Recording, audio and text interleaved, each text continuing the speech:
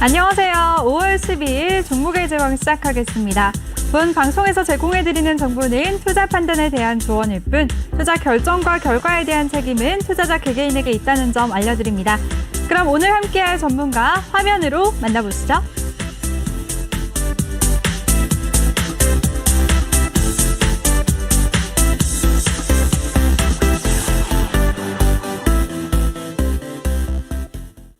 네, 오늘은 우리의 친절한 키다리 아저씨 신강석 전문가와 함께 할 텐데요. 먼저 더 많은 정보를 이용하실 수가 있는 노란톡 참여 방법 안내해 드리겠습니다. 노란톡 오픈 채팅 검색창에 종목의 제왕 신강섭이라고 검색하시거나 아니면 핸드폰 카메라로 아래 보이는 QR코드 스캔하시면 링크가 뜨는데요. 그 링크 클릭하시면 한 번에 입장하실 수가 있습니다. 들어오실 때는 비밀번호 1357, 1357 꼭 입력하시고요. 오늘 잠시 후 또 2부에서는 종목 상담도 마련이 되어 있으니까요. 종목 상담 원하시는 분들 종목명, 매수가, 비중 이 세 가지 함께 남겨주시면 저희가 바로바로 도와드리겠습니다. 많은 참여 부탁드릴게요. 네, 그럼 신강석 전문가 모셔보도록 하겠습니다. 전문가님 안녕하세요. 네, 안녕하세요. 네. 오늘도 참 멋있게 하고 오셨어요. 아, 네. 네, 빨간색은 뭔가요? 빨간색 어떤 네. 빨간색? 아, 여기. 네. 이거요? 네. 아, 이거. 네, 패션 센스가 역시. 네, 귀여워갖고 제가 하나 구입했습니다. 네, 전문가님도 귀여우세요. 아, 네, 감사합니다. 네. 네, 그럼 우리 시장 얘기 바로 나눠보도록 할게요. 시장 분위기는 참 좋지가 않죠, 전문가님. 미증시도 이제 네. 하락하면서 장을 마쳤는데요. 네네네. 일단 미증시부터 어떻게 보셨나요?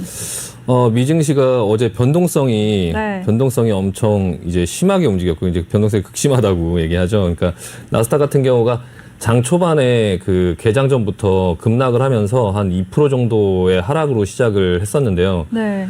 지수가 2% 정도 하락을 할 때 이제 나스닥 중소형 기술주들이 완전 박살나는 흐름이 나왔거든요. 네. 근데 이제 장이 시작하고 나서 이제 좀 어느 정도 반등을 할 거다라고 했는데 좀 약간 바닥을 잡는 듯한 흐름이 나왔고, 그래서 양봉으로 이렇게 거의 보합까지 끌어올리면서 종목들도 마이너스 심하게 들어갔던 종목들이 막 플러스로 끝나는 현상들도 나왔고, 네. 거의 이제 마지막 투매장에서 나오는 듯한 흐름이 나왔거든요. 근데 반대로 이제 다우존스가 그 무슨 순환매로 올라가는 어떤 순환매로 하락하는 것처럼 다우존스가 갑자기 폭락을 했어요. 그래서 나스닥이 반등을 하고 다우존스가 오히려 폭락을 하는 그런 흐름이 나왔거든요. 여태까지 다우존스가 잘 버티고 있었는데 자리가 굉장히 좀 위험해 보였죠. 약간 혼자 이렇게 이상하게 잘 가다가 네. 어제는 이제 나스닥이 급락을 하고 나서 반등이 나올 때 다우존스는 오히려 폭락을 하는 그런 현상이 나왔고요. S&P는 그냥 어느 정도 중간 정도로 그냥 그 폭락을 하다가 다시 나스닥의 반등과 같이 함께 좀 아래 꼬리를 달면서 좀 바닥을 잡아주는 흐름이 나왔는데요. 일단 지금 시장에서는 이제 기술주의 하락이 끝난 걸까? 아니면 지금 좀 잠깐 쉬었다가 다시 하락하는 건가? 좀 약간 혼란스러워하고 있고요. 네. 그리고 이제 경제 성장에 따른 그런 어떤 인플레이션 관련해서 지금 시장에서 굉장히 이슈예요. 근데 사실 이 인플레이션은 그 경제 성장에 따라서 이제 약간의 그런 인플레이션이 좀 약간 질서 있게 나온다고 하면 그거는 결과적으로 이제 경기 민감주, 가치주 이런 부분에 이제 호재가 되거든요. 근데 이제 반면에 이제 미래에 좀 더 많은 돈을 벌어야 되는 그런 네. 성장주, 나스닥 관련된 어떤 그런 기술주에는 좀 이제 그 압력이 되는 거예요. 그러니까 금리가 올라가면 이제 자금 조달하는 비용이 커지니까 성장주들은 이제 지금 당장 매출이나 어떤 이익을 내지 못하는 상태에서 돈을 끌어다 쓰기 때문에 그게 이제 나스닥이 집중적으로 좀 매도세에 시달리는 이유고요. 지금 이제 그 가치주가 반면에 좀 경기가 괜찮아진다라는 어떤 부분들이 생기면 이제 좀 그 인플레이션이 좀 주가 상승에 도움이 되거든요. 그래서 이제 다우존스가 좀 강했었는데 그것 또한 이제 갑자기 시장에서 좀 인플레이션이 좀 너무 빠르게 오르는 것 같다라고 하니까 갑자기 이제 인플레이션이 빠르게 오르면 연준은 또 금리를 좀 더 빠르게 올려야 되거든요. 빠르게 올리면 또 경제는 또 둔화되는 흐름으로 가니까 이제 경제 성장에 의존하는 그런 가치주의 흐름도 안 좋아질 거다. 이제 이런 어떤 판단으로 이제 또 다우존스가 폭락을 한 것 같고요. 지금 사실 시장은 매일매일 그렇게 하루하루가 크게 달라지지 않는데 자꾸 시장의 참여자들이 자꾸 시나리오를 쓰면서 나스닥을 폭락시키고 다우존스를 폭락시키고 좀 약간 그런 흐름으로 좀 가고 있는 것 같거든요. 좀 오버하는 것 같다라는 생각이 들어요. 그냥 이제 연준이나 네. 이런 쪽에서 이제 얘기하는 것들과 그리고 시장의 참여자들과 이제 연준이 끌고 가는 연준에서 나는 이렇게 끌고 갈 거야라고 밑그림을 그려주는데 자꾸 시장에 참여하는 이 투자자들이나 어떤 그런 사람들이 이렇게 될 거야. 자꾸 이런 부분 때문에 나스닥이 폭락하고 또 이제 그게 이제 다우존스가 잘 버티고 있으니까 또 이제 다우존스도 뭐 금리가 빠르게 인상될 거야. 그러면은 이렇게 될 거야라고 하면서 또 다시 다우존스가 폭락하고. 근데 사실 하루하루에 그렇게 크게 달라지는 흐름이 이렇게 눈에 보이는 건 아니거든요. 네.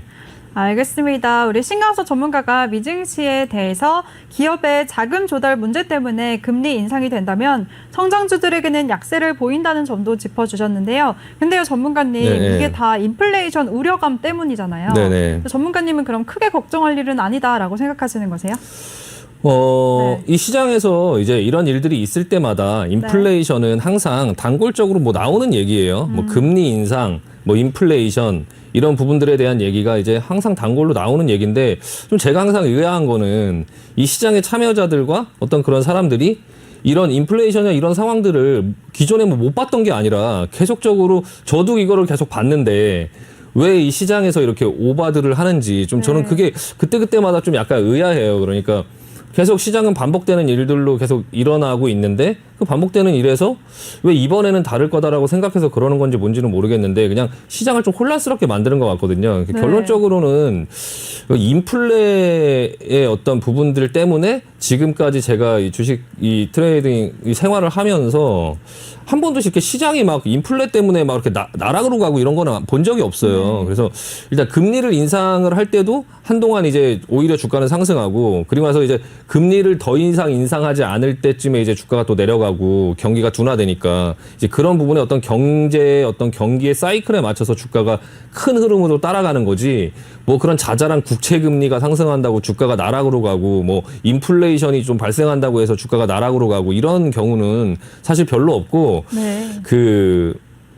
현명한 투자자라는 그 책을 보면 거기에 이제 인플레이션이 일어났을 때의 그런 데이터가 1920년도부터 쭉 나와 있거든요. 네. 근데 대부분의 인플레이션에서는 주가는 상승했어요. 근데 이제 그 인플레이션이 지금 이런 어떤 재정 정책으로 인해서 돈을 너무 많이 풀고 이제 그런 부분들 때문에 좀 이번에 좀 다를 것 같다. 뭐 인플레이션이 뭐 하이플레이션 막 이런 걸로 발생할 것 같다. 이런 얘기들이 시장에서 좀 돌아서 좀 약간 공포감을 조성하긴 하지만 뭐 세상이 그렇게 쉽게 망하지 않고요. 제가 이제 그 주식 생활을 하면서 저 2008년도에도 뭐 진짜 세상이 전 세계가 망하는 줄 알았거든요. 근데 그때의 상황은 지금의 상황하고는 완전 진짜 그때는 한 가지 예를 들어 드리면 SM이라는 주식이 있어요. SM 엔터테인먼트 있잖아요. 네. 그 주식이 2만 원에서 그 1,600원으로 내려와 갖고 제가 그걸 1,600원에 샀다가요. 그거를 1,400원에 손절했는데 그 종목이 700원까지 떨어졌습니다. 그러니까 그때 2008년도에는 2만 원짜리 주식이 700원까지 떨어지고 이러니까 그때는 진짜 모든 주식들이 막 그런 게 너무 많았어요. 그러니까 제가 그걸 보면서 야 이거 세상이 진짜 망할라 그러나 이런 생각들을 했거든요. 막 그때 뭐 두산이나 뭐 STX도 없어졌죠. 뭐 대우건설도 난리 났었고. 근데 그런 상황 속에서도 다시 이제 경제는 살아나고, 세상은 항상 긍정적으로 좀 생각할 필요가 있고요. 이렇게 쉽게 죽지 않아요. 그래서 이번에 이 인플레이션 이 부분 갖고 그냥 잠깐의 어떤 이슈로 뭐 조정을 주거나 할 수 있지만 사실 이 인플레이션의 이슈로 갖고선 제가 그때 채권 금리가 막 급등할 때도 오버하는 거다 시장에서 이거 채권 금리로 뭐 절대 나락으로 가지 않는다 뭐 이 정도 가지고 뭐 이렇게 시장에서 왜 이렇게 호들갑인지 모르겠다 이렇게 말씀을 드렸었는데 이 인플레이션도 저는 똑같이 그냥 말씀드리고 싶어요. 이게 지금 뭐 좀 오바예요. 좀 오바고 그냥 시장에서 민감하게 반응하는 거고 그냥 각자 좀 약간 그렇다고 해서 시장에서 움직이는 흐름을 무시할 수는 없지만 좀 약간 보면서 좀 잘 판단해서 하시면 될 것 같고요. 이렇게 크게 그렇게 시장에 영향을 주는 요인은 아니다. 그냥 물론 영향을 주는 요인이지만 이게 뭐 주가의 하락을 막 크게 불러와서 대세를 뒤집고 이럴 만한 어떤 사안은 아니다라고 일단 말씀을 드리고 싶고요. 네. 또 나스닥 같은 경우도 지금 어제 그러니까 미국의 나스닥 기술주 중소형주 갖고 계시는 분들 굉장히 많을 거예요. 그래서 뭐 우리나라의 서학개미 뭐 제일 많이 샀던 뭐 팔란티어 막 이런 종목들이 있어요. 그런 종목들이 전부 다 이제 뭐 좀 난리가 났었거든요. 그러니까 그런 어떤 종목들이 크게 하락하고 너무 심하게 하락하고 이제 막 그러다 보니까 근데 어제 팔란티어의 흐름을 보면 이게 팔란티어가 괜찮다고 말씀드리는 게 아니라 이런 패턴을 말씀드리는 건데 나스닥이 여기서부터 이제 기술주들이 쫙 빠지면서 이거는 그래도 양호하게 빠진 거죠.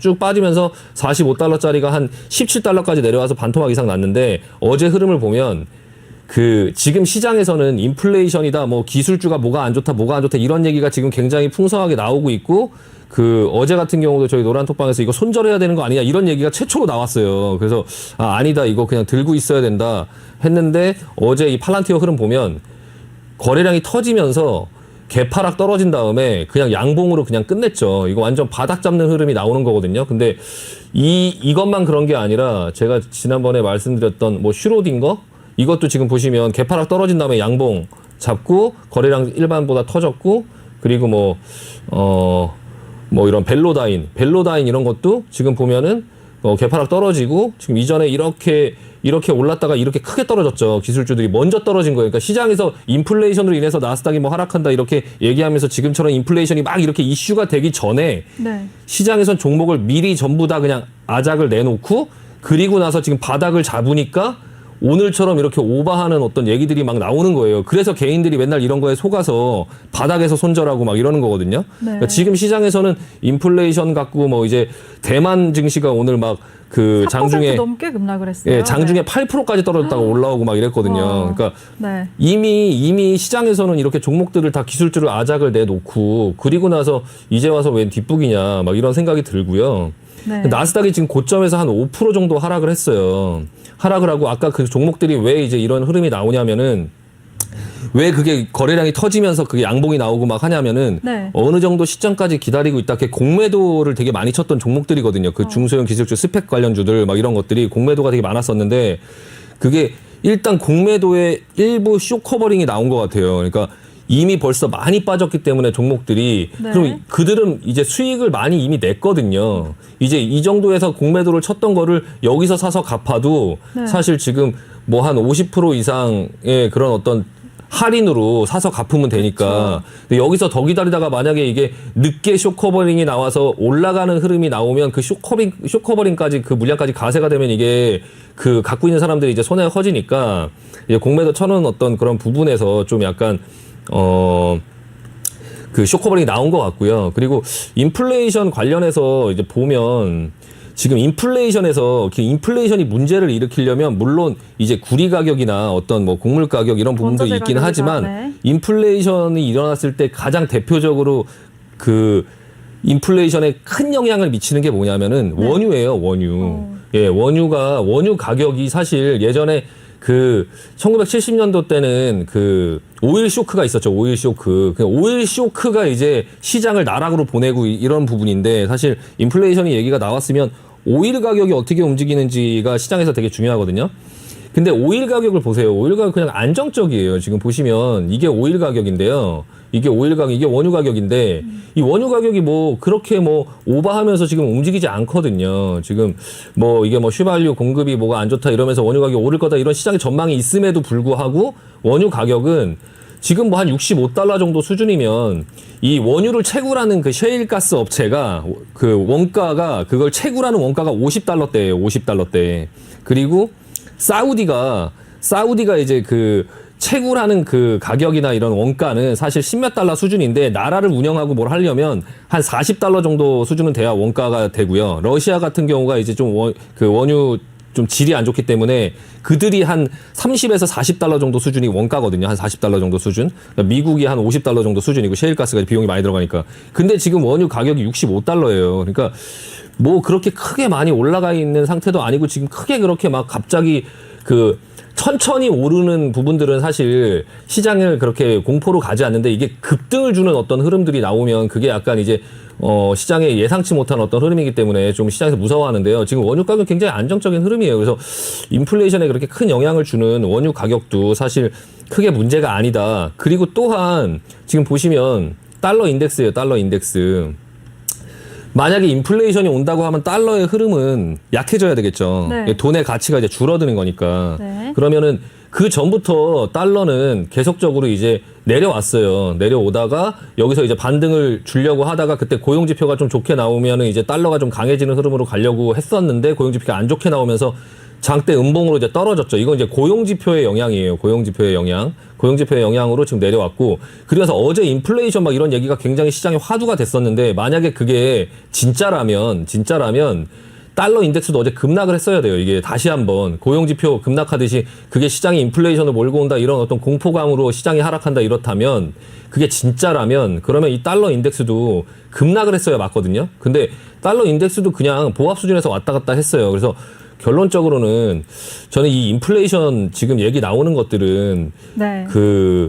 그냥 시장에서 하는 얘기고 사실 이게 그렇게 영향을 미칠 것 같지 않다라는 생각을 갖고 있고요. 예, 지금 뭐 제 개인적인 여러 가지 생각이고 또 이제 경험이지만 이 인플레이션도 제가 그 전에 얘기했던 채권금리 그런 이슈처럼 시간이 또 지나가면 좀 사그라들면서 그리고 지금 인플레이션 반도체 가격이나 이런 것도 막 급상승하고 막 했던 이유가 지금 이제 코로나가 풀릴 것 같으니까 이제 경기가 좋아질 것 같아요. 네. 그러면은 그 업체들은 재고를 많이 쌓아놔요.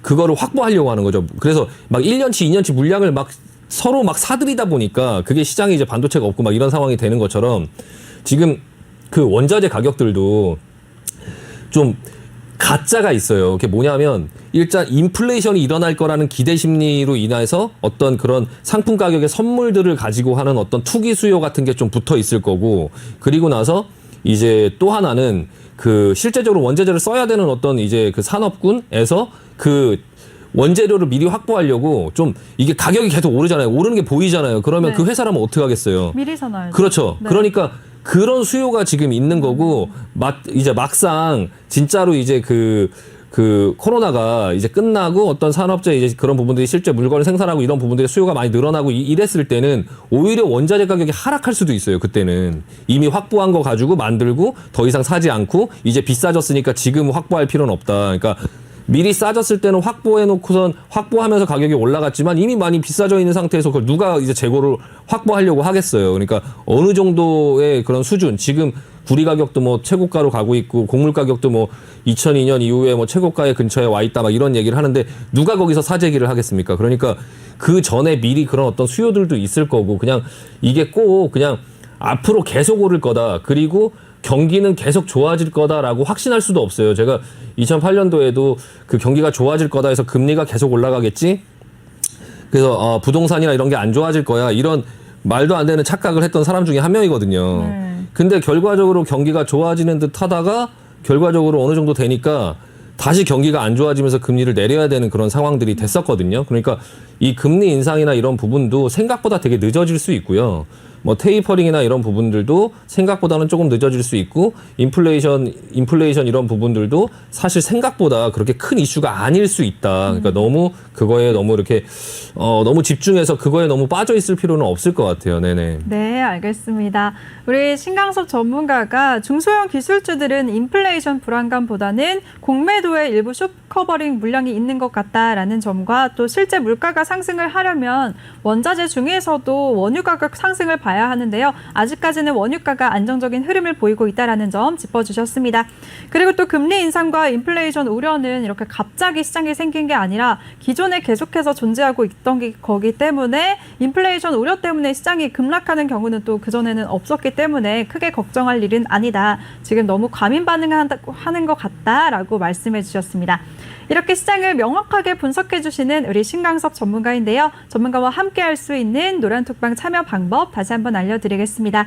노란톡 오픈 채팅 검색창에 종목의 제왕 신강섭이라고 검색하시거나 아니면 핸드폰 카메라로 아래 보이는 QR코드 스캔하시면 링크가 뜨는데요. 그 링크 클릭하시면 한 번에 들어오실 수가 있습니다. 입장하실 때는 비밀번호 1357 꼭 입력하고 입장해 주시기 바랍니다. 네, 그리고요, 전문가님. 네. 지난밤에 연준 고위 관리들의 또 발언이 있었잖아요. 네네네. 어떤 언급들이 나왔나요? 네, 지난밤에 이제 인플레이션 그런 이슈로 이제 막 그런 네. 어떤 시장이 좀 약간 혼란스러운 변동성이 극심하게 나오고 이런 상황 속에서 네. 이제 죄송합니다. 네. 네, 여는 총재들, 그러니까 연준 위원들이죠. 연준 위원들의 여는 총재들의 그런 어떤 발언들이 좀 있었고 어떤 그런 거물 투자자들도 이제 그런 발언들을 했어요. 그래서 일단은 원래 이제 매파로 좀 잘 알려져 있죠. 더들리 이제 뉴욕 총재인데, 뉴욕은행 총재인데, 이분은 뭐라고 얘기했냐면, 일단 금리 인상이 시작되면 연준은 좀 더 빨리, 더 높게 금리를 인상해야 할 수도 있다. 지금 상황에서. 그러니까 어떤 원자재 가격이나 이런 상승을 봤더니 금리 인상이 한번 시작되기 시작하면 좀 빠르게 급하게 올릴 수 있다. 옛날에 예전에 그린스펀 의장이 금리 인상을 적절한 시기에 하지 못해갖고 금리를 1년 동안에 엄청 많이 올린 일이 있었어요. 그래서 시장이 그때 폭락을 하거나 이제 그런 부분들이 있었는데, 물론 그 이후에 또 다시 시장은 살아났지만 어쨌든 그런 실수를 한 적이 있거든요. 근데 지금 그거를 더들리 뉴욕은행 총재가 지금 한번 언급을 한 것 같고요. 근데 이제 반면에 다른 이제 연은 총재들은 뭐라고 했냐면, 애틀란타 연은 총재는 연준의 완화적인 정책 유지는 지금 현재 적절하다 이렇게 얘기를 했고요. 클리블랜드 연은 총재도 뭐 광범위한 추가 진전을 좀 더 보기를 원한다라고 얘기를 했어요. 그러니까 지지를 하는 거죠. 지금 현재 상황을. 브레이너스 연준 이사도 연준의 목표와 지금 현재 시장은 거리가 멀다. 좀 인내심을 가져야 될 때다. 그러니까 지금 현재의 정책은 그냥 좀 인내심을 갖고 좀 더 지켜보자. 뭘 이렇게 갑자기 바꾸거나 하지 말자. 이런 내용이고요. 근데 이제 반면에 또 이제 어떤 그런 투자자들이 이제 드러켄밀러, 그러니까 헤지 펀드계의 거의 대부죠. 예, 드러켄밀러라는 사람이 연준의 그런 어떤 지금 정책 때문에 달러의 지위가 위태위태하다. 예, 증시는 지금 광기를 보이고 있고 인플레이션이 좀 시한폭탄처럼 작용을 하고 있다. 지금 안일한 시장의 인플레이션이 좀 약간 최악의 시나리오로 지금 가고 있다. 이렇게 이제 드러켄밀러가 얘기를 했고요. 레이 달리오, 이제 되게 유명한 사람이죠. 레이 달리오는 정부의 이런 지금 현재의 지출이 인플레를 촉발시킬 거고 달러의 가치를 절하시킬 것이다. 이렇게 지금 얘기를 했거든요. 근데 아까 보여드렸다시피 달러는 지금 현재 그렇게 크게 좀 많이 이렇게 내려가거나 하지는 않는 흐름을 보여주고 있어요. 그래서 일단은 연준 의원들의 그런 어떤 연은 총재들은 시장에 지금 연준은 지금 시장을 좀 더 완화적인 어떤 지금 스탠스로 지금 충분히 시장이 살아날 때까지 기다리고 있고, 지금 현재의 상황이 본인들이 예상한 거대로 지금 잘 흘러가고 있다. 라고 지금 얘기를 하고 있고요. 반면에 이 시장 참여자, 투자계의 그런 어떤 헤지 펀드들, 어떤 그런 거물들은 지금 현재의 시장을 굉장히 이제 우려를 계속 하고 있죠. 누구의 말이 좀 더 신뢰가 있을까요? 앵커님께서는 어떻게 생각하세요? 네, 제 누구의 생각에는 말이? 아무래도 연준 고위관리들의 의견이 좀 더 신뢰가 있지 않을까요?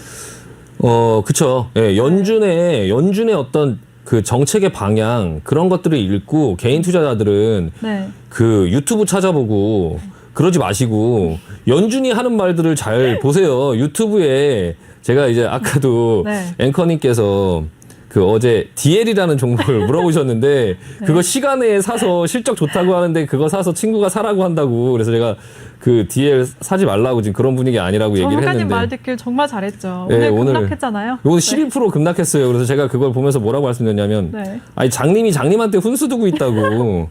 예, 그냥 시장에 그 친구는 앵커님보다 더 많이 할까요? 그냥 앵커님 맨날 이 시장을 계속 보고 막 이렇게 하는데 네. 그런 사람한테 친구가 추천을 해요. 그러면 이제 또 그걸 듣고 또 사요. 그리고 사면은 또 이 앵커님은 또 다른 걸 추천해줘요, 친구한테. 뭐 예를 들어서. 그럼 또 그 친구는 그걸 사요. 예, 서로 그러면서 물리는 이제 거네요? 예, 그래서 물리고 서로 물리고. 이제 예, 물리는 네. 거죠. 그래서 제가 친구가 저한테 이제 어떤 종목을 얘기를 해서 이걸 왜 샀냐 이렇게 물어봤더니, 그때 당시에 이제 제약주 막 내려올 때 종근당이었는데 네. 제가 팔으라고 이거 왜 샀냐 그랬더니, 뭐 친구가 그 회사에 있는데 친구 동생이 그 회사에 있는데 그 회사에서 뭐 백신을 만든대라고 하면서 이제 그래서 그걸 샀어. 종목 계속 내려가고 있는데, 그래서 내가 팔으라고 했더니 또 며칠이 지났어요. 엄청 많이 내려왔어요. 그래서 팔았냐라고 했더니 안 팔았고 괜찮대요. 그래서 왜 괜찮아? 이렇게 내려가도 왜 괜찮아? 이랬더니 그 친구가 하는 말이, 나도 그 친구한테 다른 걸 추천해 줬는데 그 친구도 나 때문에 엄청 물렸거든. 이렇게 얘기를 하는 거예요. 그래서 이게 무슨 일인가? 그러니까 장님이 장님한테 훈수 두면서 서로 추천한 게 서로 물렸고 나도 물려서 괜찮아. 내가 추천한 것도 물렸으니까 뭐 이런 어떤 논리인데. 저도 물릴 뻔했는데 전문가님 감사해요. 네, 일단은 덕분에. 좀 얘기가 좀 넘어가긴 했는데요. 네. 제가 드리고 싶은 말씀은 그 시장의 어떤 공포 상황에서 유튜브나 이런 거 찾아보고 인터넷 찾아보고 이러면서 자꾸 그 공포를 키우지 마시고 사실 그냥 연준 위원들이 하는 얘기들이나 이런 팩트들만 보시고, 이 드러켄밀러, 어떤 레이 달리오 이런 사람들은 사실 공매도도 가능해요. 공매도도. 그러니까 이 사람들은 자기 포지션에 따라서 사람이 좀 이제 좀 객관적이지 않게 되는 게 뭐냐면 내가 삼성전자를 사면 삼성전자가 올라갈 것 같으니까 사는 거고 그럼 남들이 삼성전자를 물어보면 삼성전자 좋다고 얘기하겠죠. 그러니까 이런 투자계 거물이든 뭐든 어떤 사람이든 간에 하는 얘기들은 본인이 어떤 포지션에 있는 거예요. 그러니까 본인이 어떤 포지션, 어떤 생각을 하고 포지션에 있으니까 남들이 물어보면 그 포지션에 대한 것들을 얘기하는 거고 그리고 또 시장에 지금 현재의 상황 속에서 언제 일어날지 모르지만 앞으로 이런 일이 일어날 거다 이런 거를 얘기할 수 있죠. 한데 연준은 그런 포지션이 없어요. 그리고 시장만 어떻게 끌고 가야 되겠다. 그리고 내가 이 방향으로 갈 거야. 지금 그 방향으로 가기 위해서 여러 가지 지표들을 계속 꼼꼼히 보고 있어. 근데 내가 이거를 실패하면 난리가 나는 거예요. 그러니까 연준이 만약에 시장의 통제에 실패했다. 금리 인상을 해도 이게 잡히질 않는다. 뭐 물가가 잡히지 않는다. 이런 상황이 펼쳐지면 그 연준은 역사에 남는 겁니다. 그러니까 흑역사죠. 흑역사. 그러니까 지금 현재 파월과 옐런은 제가 봤을 땐 서로 기가 막히게 어떤 것들을 주고받고 잘하고 있고요. 뭐 거의 이제 최선의 어떤 최상의 어떤 그런 콤비인 것 같아요. 그래서 굉장히 지금 잘하고 있고 그런 어떤 지난번에 그 채권금리 급등할 때도 파월이 대응하는 어떤 것들을 보면 뚝심 있게 그걸 잘 대응해서 시장에 보여줬어요. 결과까지. 그래서 결과적으로 지금 잘 통제하면서 끌고 갔고 이번에 그 고용지표 발표 나올 때도 시장에서는 뭐 100만 건이 증가할 거다, 200만 건이 증가할 거다 이렇게 막 예상을 했죠. 근데 연준에서는 그 고용지표나 이런 것들이 앞으로 그렇게 안 좋을 거다. 이걸 어떤 식으로 표현했냐면 그 옐런 재무장관이 예전에 어떻게 표현을 했냐면요. 그러니까 이거 간단하게 말씀드리면 구덩이가 있어요. 구덩이에 흙을 집어넣는 거죠. 채우는 거죠. 눈으로 봤을 때는 요 정도의 싱크홀만 있어요. 그래서 흙을 돈이라고 생각하시면 돼요. 거기다 이제 갖다 메꾸는 거예요. 메꿔갖고 땅을 평평하게 만들려고 하죠. 근데 다른 사람들은 지금 네가 넣고 있는 그 흙을 보니 네가 준비한 흙을 보니까 그 흙이 산처럼 높게 쌓일 거야. 뭐 이렇게 표현할 수 있거든요. 그러면 그 인플레이션이 일어나서 돈이 너무 막 이렇게 넘쳐나는 상황이 되니까. 근데 그때 이제 옐런은 뭐라고 얘기했냐면 당신이 보는 것보다 이걸 누구한테 얘기했냐면요. 그 예전 재무장관 서머스라는 클린턴 정부의 재무장관인가 그 재무장관이 그걸 비판하니까 그런 식의 표현을 했어요. 그러니까 당신이 알고 있는 눈에 보이는 게 다가 아니다. 그러니까 쉽게 얘기하면 그 구덩이 밑에 더 큰 밑에 그 홀이 있다는 거죠. 그러니까 눈에 보이는 위에서 이렇게 내려다봤을 때 요 정도만 채우면 되는 흙이 아니라는 거죠. 밑에는 훨씬 더 깊다 이런 건데 지금 고용지표 발표가 나왔을 때 그 고용지표의 결과를 보면 20만 건 정도 증가했어요. 그러니까 그 부분의 얘기가 어느 정도 맞다는 거죠. 옐런이 봤던 시각이 어느 정도 맞다는 거고 지금 그 채용 공고나 이런 게 좀 엄청 많이 나오고 있어요. 그러니까 그 채용 공고나 이런 것들을 기점으로 해서 고용지표가 좋을 거다. 이만큼의 사람들이 채용이 됐을 거다. 이렇게 생각을 했는데 거기서 시장에서 예상하지 못한 게 하나가 있어요. 그게 뭐냐면 그 재정 부양책으로 인해서 일을 하지 않아도 사람들이 돈을 받고 이러다 보니까 그 일자리로 돌아가는 걸 좀 꺼리고 있는 거죠. 근데 여기서 좀 인플레이션에 대해서 좀 약간 걱정하는 부분 제가 개인적으로 있는 게 뭐냐면 그럼 어떻게 되는 건가요? 사람들이 채용 공고를 했는데도 일자리로 돌아가지 않아요. 그 실업수당이나 이런 것들을 네. 받기 때문에 그러면 임금을 올려줘야 되겠죠. 예, 돈을 더 지불하고 사람들을 데려다 써야 되잖아요. 경기가 좋아지고 하면은. 네. 그럼 임금이 올라가요. 그럼 임금은 한번 올라가면 내려오지 않거든요. 그 임금의 인상이 인플레이션을 불러올 수 있는 또 가장 중요한 또 하나의 척도거든요. 그래서 그 부분 때문에 좀 그 부분이 이제 조금 약간 우려되긴 한다라는 생각을 좀 하긴 했지만 그건 아직 좀 멀리 남아있는 얘기고 이제 그 부분을 줄이겠죠. 재정부양책을 좀 줄여서 실업수당을 좀 적게 주고 뭐 어떤 그런 부분을 조금 약간 이제는 투명하게 좀 하면서 일자리로 돌아갈 수 있게끔 좀 만들어주는 어떤 상황들이 펼쳐질 텐데요. 네. 일단은 그 이후 상황들을 좀 지켜보고 하면 될 것 같고요. 이번에 오늘 이제 소비자 물가지수 발표가 있죠. 그 네. 고용지표가 어떻게 나올까요, 전문가님?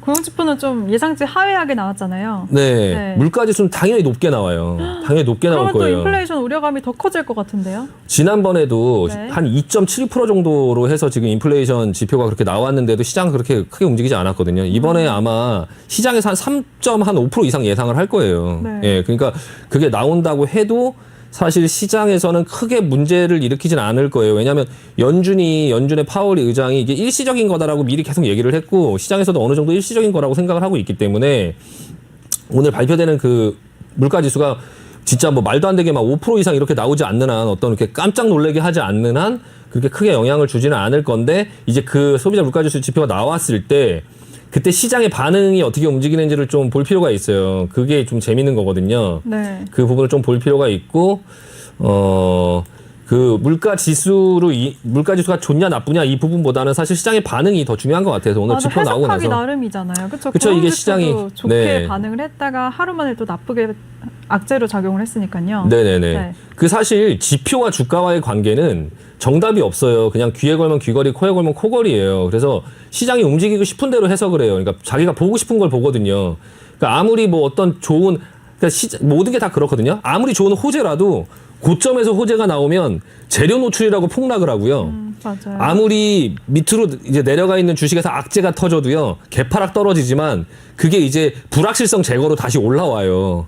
그러니까 이제 내려가고 있는 시장에서 나오는 악재와 올라가고 있는 시장에서 나오는 악재 이런 것들이 다 시장이 반응하는 게 다 다르거든요. 그래서 그런 부분들을 사실 이게 책에서만 이게 경제학자나 이런 분들이 주식을 하기가 좀 어려운 게 뭐냐면 이게 이 경제 지표가 책에 나오는 것처럼 정석대로 움직이지 않아요. 그러니까 그때 달라요. 뭐 이런 얘기가 있잖아요. 그러니까 네. 똑같은 경제 지표가 나오고 똑같은 수치가 나와도 그 주가의 현재 상태에 따라서 이게 서로 매칭이 되면서 다르게 움직이는데 이게 이제 경험으로 많이 그것들을 좀 경험을 해봐야 되거든요. 근데 일단 지금 소비자 물가지수 오늘 발표하는 건 사실 그렇게 시장에 크게 영향을 미치지는 않을 것 같습니다. 네.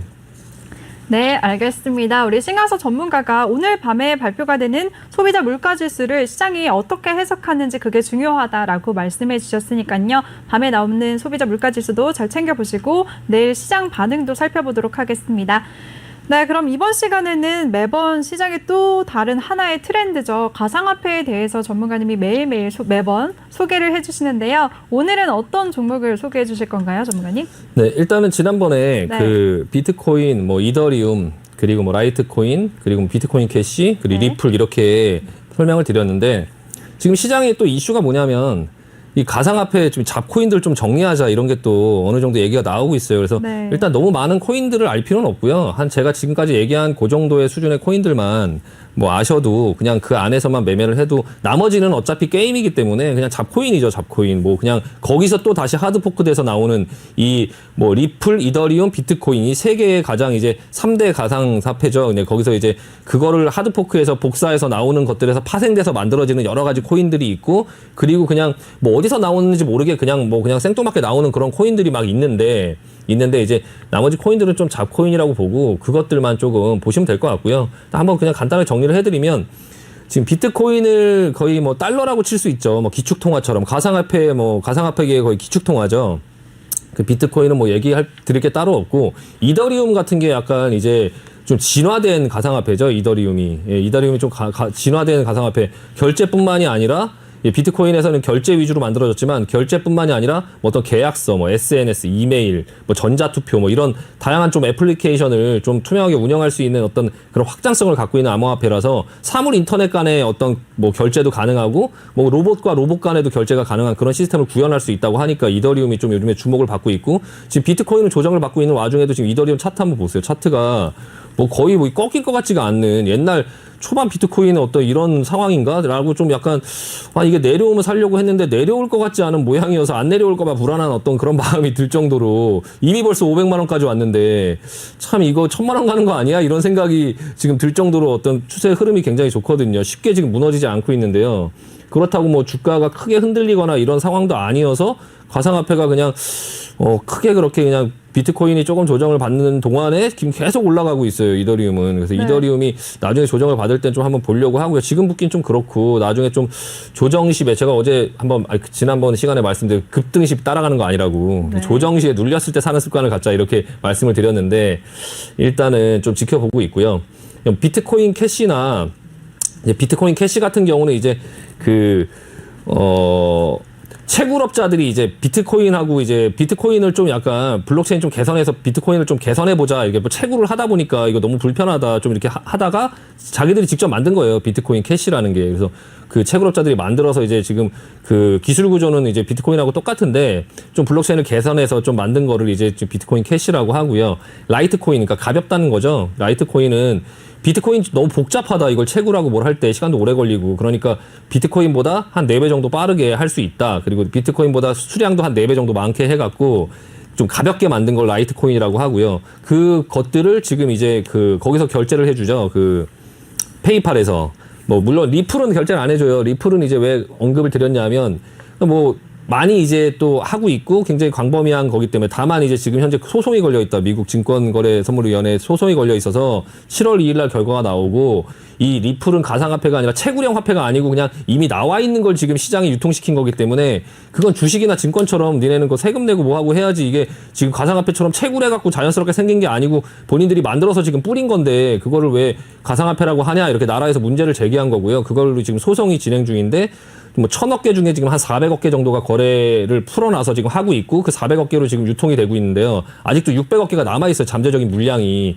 근데 그게 이제 조금씩 풀릴 때마다 시장에서 급락을 하고 막 그러거든요. 리플이. 그러니까 그 리플도 아직까지 좀 시장에서 좀 그냥 이체 서비스에 좀 중점을 둔 암호화폐인데 현재 뭐 소송도 걸려 있고 좀 물량도 아직 잠겨 있는 게 많이 있는데 그게 언제 풀릴지 모르고 막 또 그런 어떤 이슈들이 있어서 리플 같은 경우도 그냥 약간 관심은 갖고 보되 약간 매매를 하기에는 좀 제 개인적인 생각이 좀 아직은 적절치 않은 것 같고요. 뭐 소송 결과에 따라서 또 그게 이제 리플이 소송 결과에 따라서 거기에서 또 하드포크된 또 여러 가지 또 가상화폐들이 있어요. 뭐 대표적인 게 제가 그때 말씀드렸었는데 스텔라 루멘, 스텔라 루멘이 리플을 하드포크해서 만들었거든요. 근데 만약에 리플이 소송해서 진다라고 하면 스텔라 루멘 이거 갖고 있는 사람들 다 떡락하겠죠. 이거 막 그냥 뭐 거의 뭐 그냥 하루에 그냥 뭐 어떻게 날아갈지 몰라요. 이 스텔라 루멘 가지고 계신 분들 혹은 본인이 하는 가상화폐가 리플하고 어떤 그런 연계되어 있는 게 있다면 7월 2일 그 소송하고 나서 굉장히 그 급등락할 수 있다. 막 하루에 진짜 막 심하게는 그냥 80% 이상 날아갈 수도 있거든요. 그러니까 그런 부분들을 조금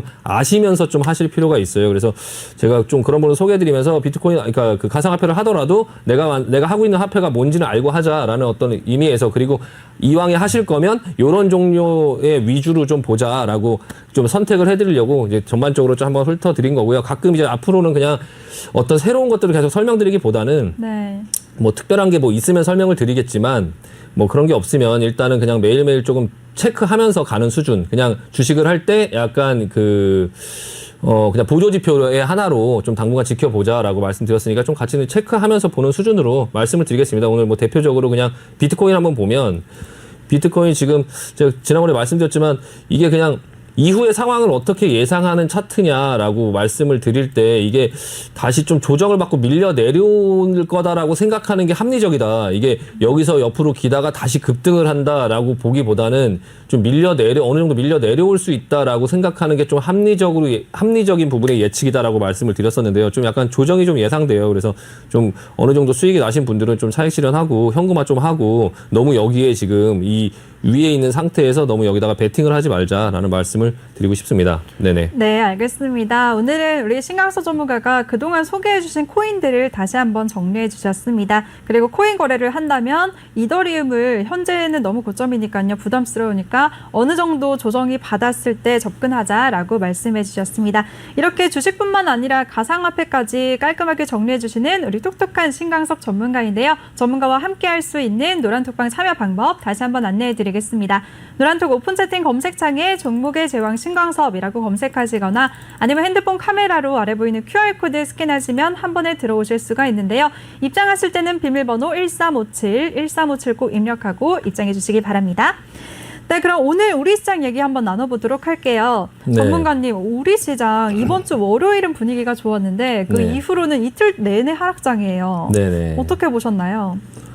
일단은 지금 네. 시장에 오늘 이제 시황만 얘기하다가 1시간이 지나가는데 사실 그 종목들 얘기보다 사실 시황 얘기가 더 중요해요. 그러니까 네. 그 개인분들은 이런 얘기가 지루하실 수 있고 하지만 그 매일 시장의 움직임을 보면서 맨날 이렇게 공포에 질리고 막 그러지 마시고 좀 시장에 흘러가는 분위기, 그러니까 내가 갖고 있는 종목이 어떻게 움직이느냐에 대한 관심보다 사실 시황이 중요하고요. 그 다음에 업종이고 그 업종 안에서 그냥 종목을 그냥 고르는 거지 그냥 그 시황과 업종을 보지 않는 상태에서 그냥 종목만 골라갖고 주식을 하는 게 말이 안 되거든요. 그 할 수 없는 거고요. 종목이 내려가면 막 무서워하고 막 그런데 일단은 좀 시황을 읽는 눈 그리고 이제 전문가들이 얘기하는 시황들이나 그리고 인터넷에서 막 그런 종목들에 대한 얘기를 찾기보다 이 시황을 내가 이 큰 흐름을 읽으려면 어떻게 해야 되나 그 부분에 대해서 고민을 하시는 게 사실 더 훨씬 낫고요. 종목만 쳐다보시면 주식 10년, 20년 해도 늘지 않아요. 그러니까 시황에 관심을 갖고 지표에 관심을 갖고 그 상관관계에 관심을 갖고 그리고 나서 그런 어떤 경험을 쌓으면서 시간을 보내야 주식을 내가 한 5년을 했다, 10년을 했다, 20년을 했다라고 할 때 그런 어떤 경험치가 나오는 거지. 맨날 핸드폰으로 종목 움직이는 것만 들여다보고 그리고 유튜브에 막 종목들 찾아보면서 그 종목에 대한 어떤 부분만 관심을 갖고 그렇게 10년을 반복해서 보낸다고 했을 때 그 주식을 하는 어떤 부분들에 대한 실력이 늘까요? 절대 그렇지 않습니다. 그냥 반복해서 그냥 아무 생각 없이 뭐 체육관만 왔다 갔다 한다고 해서 뭐 선수를 할 수 있는 게 아니거든요. 그러니까 어느 정도 좀 시황에 대해서 관심을 좀 갖고 보실 필요가 있고요. 네. 지금 일단 국내 시황 같은 경우는 지금 전반적으로 다른 나라 시황들을 조금 한번 보실 필요가 있는데 시장을 지금 보면 지금 실시간이에요. 유럽 증시는 지금 오르고 있죠. 그러니까 이 오바라는 얘기거든요. 오바. 예, 오늘 아시아 시장 니케이 일본 증시가 어제도 3% 떨어지고 오늘도 3% 막 이렇게 막 하락하고 있었어요. 장중에요. 그래서 이게 보면서 이거 뭐지? 그러니까 처음에 장이 시작할 때 괜찮게 시작을 했거든요. 근데 장이 막 하락하는 모양이 보여요. 분봉을 딱 초반에 보면 이거 좀 이상하다라는 생각이 딱 들거든요. 초반에. 그래서 딱 그걸 보면서 이게 뭐지? 라는 생각을 했었어요. 이거 많이 하락할 수도 있겠는데 근데 이유는 전혀 모르겠고 전혀 뭐 어떤 얘기가 없는데 어제 나스닥이나 이런 부분도 좀 살아났고 다우존스가 폭락하긴 했지만 그게 우리나라 시장을 폭락으로 끌고 갈 어떤 그런 투매가 나올 만한 그런 어떤 사유는 아니거든요. 근데 우리나라 증시 뭐 코스닥 위치나 이런 것들을 봐도 막 폭락이 떨어질 자리가 아닌데 이거 뭐지라고 했는데 대만 증시가 막 8% 이렇게 떨어지는데 다행히 중국 증시가 상하이 증시가 좀 버텨주는 어떤 모습을 보이면서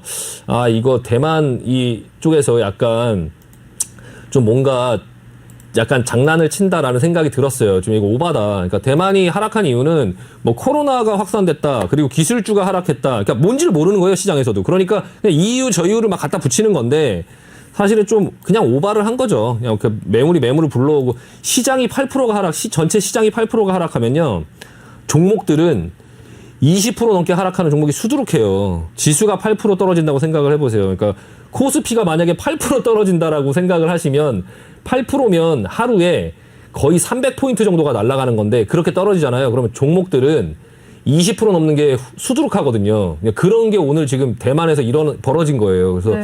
그런 부분들을 보면서 우리나라 증시도 그것 때문에 하락하나 뭐 막 그런 얘기가 계속 있었어요. 장중에 막 이렇게 쭉쭉쭉쭉 빠지더라고요. 지금 이렇게 쭉쭉 보시면 아침에 요 딱 봉을 요 5분 봉 하나를 보고 이거 하락하겠다라는 생각이 들었어요. 이게 찔끔찔끔 떨어지는 게 아니라 이렇게 큰 봉으로 팍 그냥 돌려버리면 이게 뭔가 일이 있는 거거든요. 그래서 내려오고 진정되나 싶었는데 다시 끌려 내려가면서 좀 그 하락이 나오긴 했는데요. 일단 결론은 괜찮아요. 예, 괜찮고 지금 달러 환율 같은 경우가 좀 오늘 좀 그냥 시작했었는데 좀 많이 오르면서 끝나긴 했거든요. 이게 뭐 당연히 그럴 수밖에 없는 게 외국인이 오늘 2조 7천억을 팔았어요. 2조 7천억. 어제도 2조 원의 물량 네네. 팔았잖아요. 네네네. 외국인은 왜 이렇게 파는 걸까요? 뭐 외국인 마음이겠지만 사실 네. 왜 파는지는 뭐 알 수는 없겠죠. 근데 네.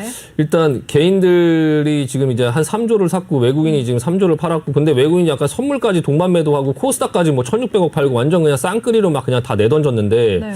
이럴 만한 사유인가 제가 아까도 말씀드린 것처럼 이 외국인들도 이거 좀 오버하는 거 아닌가. 이게 뭐 시장에 경험이 없는 사람들도 아니고, 뭐, 이까짓 거 갖고선 이렇게 던질 일인가, 이게. 그래서 되게 의아해요. 의아한데 왜 이렇게 하는지 저도 잘 모르겠어요. 이 부분에 대해서는. 이게 누구 말이 맞는지는 나중에 결과가 뭐 보여지겠지만, 저는 일단 이거는 좀 시장 오바고, 이거 외국인들이 이 행동이 이해가 안 된다라고 생각을 하고 있고요. 지금 코스닥 지수 한번 보시면 이미 한번 내려왔다가 뭐 바닥 반등 나왔다가 지금 다시 눌리고 있는데 이게 지금 만약에 이게 내려온다고 치면 이 하락 목표치가 지금 한 이 정도거든요. 이 정도. 한 900 한 초반까지 내려올 수 있는 기술적으로 이제 한 900 정도까지 내려올 수 있는 이 하락 목표치가 여기까지 보여요. 그러니까 이렇게 반등 줬다가 이렇게 빠지면 근데 그게 아니라 여기서 다시 이렇게 반등 주고 올라갈 수도 있겠죠. 그게 어떻게 될지는 모르겠어요. 그 부분들에 대해서는 오늘 미국 증시의 어떤 그런 지표 발표 이후에 이제 그 흐름이 중요하겠죠. 이게 진짜 이 반도체가 이게 지금 바닥을 잡은 거냐. 반도체, 나스닥, 뭐 S&P, 나스닥 이런 부분들이 지금 바닥을 잡은 흐름이 나왔잖아요. 근데 이게 진짜냐 아니면 이게 그냥 가짜냐 그 부분들을 좀 봐야 될 것 같긴 해요. 그래서 이 미국 증시의 흐름이나 뭐 다른 나라의 어떤 그런 증시의 흐름 그리고 시장 상황 이런 거에 따라서 우리나라 증시도 이제 움직이겠지만 지금까지의 어떤 부분으로 봤을 때나 아니면 여러 가지의 상황들을 봤을 때 그리고 다른 지표들을 봤을 때는 저는 지금 여기서 코스닥이 밑으로 900까지 내려가고 이번에 그냥 쭉 끌려 내려가지는 않을 거다라고 생각을 하고 있고요. 사실 실제적으로도 저는 오늘 거의 대부분 배팅을 했어요. 그러니까 배팅을 하고 이게 만약에 여기서 반등이 나올 거예요. 반등이 나오는데 그 반등이 세기를 보면서 또 이후의 상황을 결정을 해야 되긴 하겠지만 일단은 배팅을 한번 해볼 수 있는 자리다라고 생각이 들고요. 오늘 미국 시장이 폭락만 하지 않는다면 시장은 좀 진정세로 갈 거다라고 지금 생각하고 대응하고 있습니다. 네. 네, 알겠습니다. 우리 신강서 전문가가 오늘 우리 시장에 대해서 시장은 아직까지 괜찮다, 너무 과민 반응하는 것 같다라고 하셨는데요. 전문가님의 말이 맞기를 기대해 보도록 하겠습니다. 그리고 조금 전에 또 주식을 거래할 때 종목만을 찾기보다는 시황을 먼저 읽어야 한다라고 시황의 중요성을 언급하셨는데요. 혼자서는 공부하기 어렵다 하시는 분들 저희 종목의 제왕 프로그램만 시청하셔도 큰 도움을 얻으실 수가 있습니다. 그리고 더 많은 정보를 얻고 싶다 하시는 분들은 노란톡방에 참여하시면 되는데요. 참여 방법 다시 한번 알려드릴게요. 노란톡 오픈 채팅 검색창에 종목의 제왕 신광섭이라고 검색하시거나 핸드폰 카메라로 아래 보이는 QR코드 스캔하시고 입장하시면 되는데요. 들어오실 때는 비밀번호 1357 꼭 입력하고 입장해 주시기 바랍니다. 네, 오늘 시장 얘기는 여기까지 하도록 하고요. 그럼 오늘 이슈됐던 종목들에 대해서 자세하게 얘기 나눠보도록 하겠습니다. 전문가님, 네. 오늘 삼성 바이오로직스 오늘 루머가 있었잖아요. 네네네. 근데 장전에 이미 사실이 아니다라고 선을 그었는데도 불구하고 상승을 했어요. 이건 네. 어떻게 받아들여야 될까요, 전문가님? 사실일 확률이 높은 거죠. 아, 진짜요? 네. 아니 그냥 이거 제 그냥 뇌피셜인데요. 네. 차트 한번 보세요. 차트 네. 한번 보시고 이상하잖아요. 그러면 근데 주가는 굳이 왜 이렇게 아니라는 해명 공시를 했을까요? 일단은 한번 보시면 네. 저는 시장에서 그 조회 공시 이런 걸 믿지 않아요. 그 경험이 이제 많이 쌓이다 보면 뭐 어떤 회사 합병 루머가 있고 뭐 어떤 회사 인수를 한다, 뭘 한다, 지금 그걸 알아보고 있다, 뭐 이렇게 해서 조회 공시하면 전혀 아니다. 뭐 현대차도 그때 뭐 애플이랑 뭘 하지 않는 그 피해갈 수 있는 단어들을 쓰고 이렇게 하잖아요. 네. 삼성 바이오로직스가 어떤 그런 뭐 기사가 이제 단독 보도가 나왔고 그래서 삼성 바이오로직스는 아니라고 했죠. 근데 거래량 보세요, 거래량. 이거 누가 산 거예요, 누가. 근데 이 거래량에 사서 오늘 같은 하락장에 4.77%를 끌어올리면서 아무런 그런 확신 없이 이거를 했을까요, 이 짓을? 그러니까 이 많은 거래량을 누군가가 확신이 있지 않으면 이 하락장에서 이렇게 사갖고 이 가격을 갖다 만들어 놓는다라는 것 자체가 그냥 소문만 듣고 산 거 아닐까요? 해명 공시를 못 보고? 그 앵커님은 그러실 수 있지만 그런 어떤 기관들이나 헤지펀드 큰 돈들을 갖고 있는 분들이나 아니면 시청자분들도 요즘에 똑똑하셔갖고 그 정도는 다 알고 하시기 때문에 앵커님은 그냥 이거 저도 알았죠. 공시 아셨나요? 알았죠. 네, 죄송합니다. 네. 어쨌든 이 거래량 이거 속일 수 없다. 그러니까 주가는 돈을 갖고 움직이는 거라서 사람은 거짓말을 할 수 있지만 돈은 거짓말을 못 해요. 그러니까 본인은 아니라 거짓말을 하지만 돈의 배팅 어떤 행동은 사람의 그런 거를 속일 수 없거든요. 그래서 저는 뭔가 있다라고 보여져요. 보여지는 거는 뭔가 있다라는 게 보여지고요. 다만 이 자리에서 따라갈 수 있냐라는 부분에 대한 얘기는 좀 약간 다를 수 있는데 삼성 바이오로직스 좀 관심 있게 볼 필요 있고 한동안 지금 언제부터인가요? 이게 지금 6월달이죠. 2020년 6월 지금 1년이 거의 다 돼가요. 1년 동안 지금 옆으로 쉬었다고요. 지금 계속 쉬었어요. 힘을 모아가면서 이게 하락하려고 했으면 셀트리온 한번 보시면 뭐 비슷하게 옛날에 동급으로 취급했죠. 삼성바이오로직스하고 셀트리온은 이렇게 밀려 내려오고 있는데 일단 삼성바이오로직스는 좀 약간 안정적인 흐름을 보여주고 있고 삼성바이오로직스가 그 CMO 이제 백신 의탁을 할 때 이럴 수 있죠. 나중에 알고 보니까 화이자가 아니고 노바백스였다. 뭐 이런 식으로.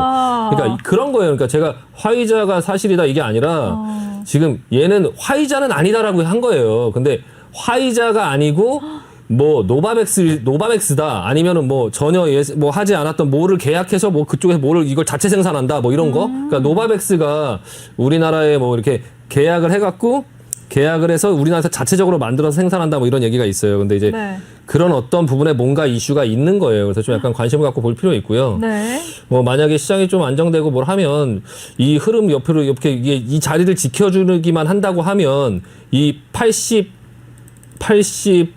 오늘 갭으로 떴던 자리 요 자리만 무너지지 않으면 이거 뭐 기술적으로 붙어보고선 그 이후 상황 삼성바이오로스에 관심이 있었던 분들 같으면 좀 붙어보고 이 자리 깨면 뭐 손절한다 뭐 이렇게 딱 잡아놓고 뭐 요 자리 깨면 손절한다 이 갭으로 떴던 자리 그 전 종가죠. 그러니까 81만 7천 원 깨면 손절한다.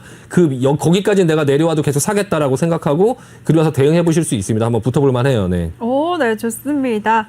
네, 그리고 본 방송에서 제공해드린 정보는 투자 판단에 대한 조언일 뿐 투자 결정과 결과에 대한 책임은 투자자 개개인에게 있다는 점 알려드리겠습니다. 그럼 저희는 시간 관계상 잠시 후 2부에서 다시 찾아뵙도록 하겠습니다. 채널 고정해주세요.